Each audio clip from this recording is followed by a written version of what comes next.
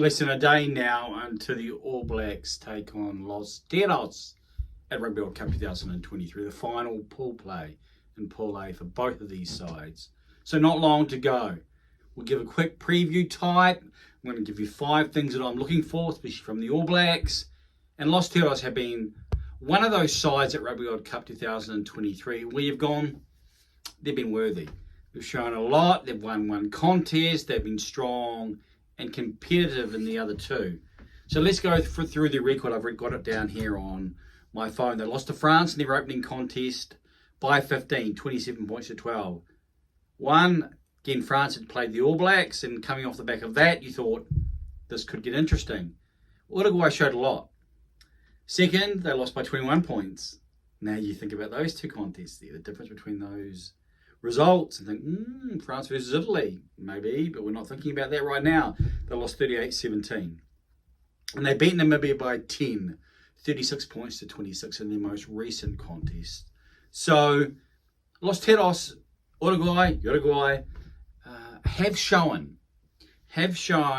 the propensity to be worthy of the contest. I believe one of the reasons why that is the case is because their familiarity with each other. They play like a team, and the various parts they combine together to make much more of their whole. And so the All Blacks will want a fast, strong, emphatic start. Fast, emphatic. Could be. They want to be not slack and not weak around the edges and not lacking in intention. They'll want to get the job done. And when I say the job done, I mean all 5 points. So in light of that, here are 5 things I want to see from the All Blacks as they take on Uruguay. I want to keep this video short, to the point, and something that maybe you can look forward to yourself as you consider your own, as you consider. There's a lot of considering going on here. Anyway, the first one, continued run of better discipline. I want to see this All Black side clinical and concise and not falling into the trap of giving away a lot of penalties, of showing a lack of application in terms of whether it be the tackling technique, whether it be work at the breakdown, whether it be offside. I don't want there to be excuses around, well, some of these players, we made 9 changes, I believe it is. I want to see that better run of discipline. An insight or an example that this side is beginning to near their peak, not only in how they play, but how they understand how they play and their ability to execute on the field. So a better run or continued run of a better discipline. Number 2, no injuries.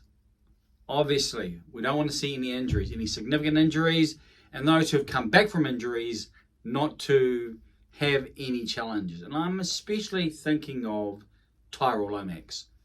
He had a good, however many minutes it was, 20-30 versus Italy, and so a 50, give a good 50 maybe, a good 50 to 60, maybe closer to 50, but successful, fruitful, gets them ready for the quarterfinal. So no injuries, and especially I'm thinking of Tyrell Lomax. Number 3, Frizzell to grow with ball in hand.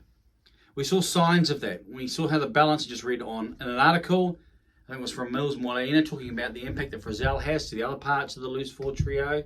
And so he needs to be running with the ball more, so that when it comes to the quarterfinal, he isn't too green or isn't too unaccustomed to the contact, and making sure that his hands are in good form. So I want to see him running with the ball. We didn't see too much versus Italy. I want to see more against Uruguay. That's number 3. Number 4, Whanganukau to continue to make the case. There's a lot of continuing here. I want to see his work rate. I want to see his enthusiasm in the way he plays, and to provide another example of what he can offer, not only on starting, that's maybe more of an unlikely scenario because it looks like Bowden is locked in 15, but especially coming off the bench and maybe even giving him a shot in 13. Maybe seeing him have a go there. Didn't think of that till right now, but more from Leicester Whanganukau. Number 5, Sam Whitelock to celebrate 150. He's starting. I want to see a contest that befits the Sam Whitelock ethos. Hard work, doesn't look to be the centre of attention, but gets the job done, brings people up around him, instills them with confidence. And so this performance for the All Blacks can be one where they feel more confident and continued confidence leading into the quarterfinal. 5 points, get the 5 points early, hopefully before half time. If that's not meant to be disrespecting the Uruguayans, but if not, then early in the second half. Don't start the second half like you started the second half versus Italy. Maybe that's my 6th, or it could be 5B, whatever. The first 10 minutes of the second half weren't good versus Italy. They need to be better versus Uruguay. They can't be sloppy. They can't be lacking in application versus Ireland, who are the likely opponent in the quarterfinal. Anyway, not long to go now. Whatever you're doing, wherever you're watching, stay close to either this channel or I Am Johnny King, especially on the social media platform that was formerly Twitter, on X, because there should be some media being offered. What do you think? What are your 5? Do you have anything to add or any different angles that you'd like to offer? What are you looking to see the All Blacks accomplish in this match versus Uruguay? First time they've met. It's going to be interesting. It's going to be significant probably for the Uruguayans, no doubt.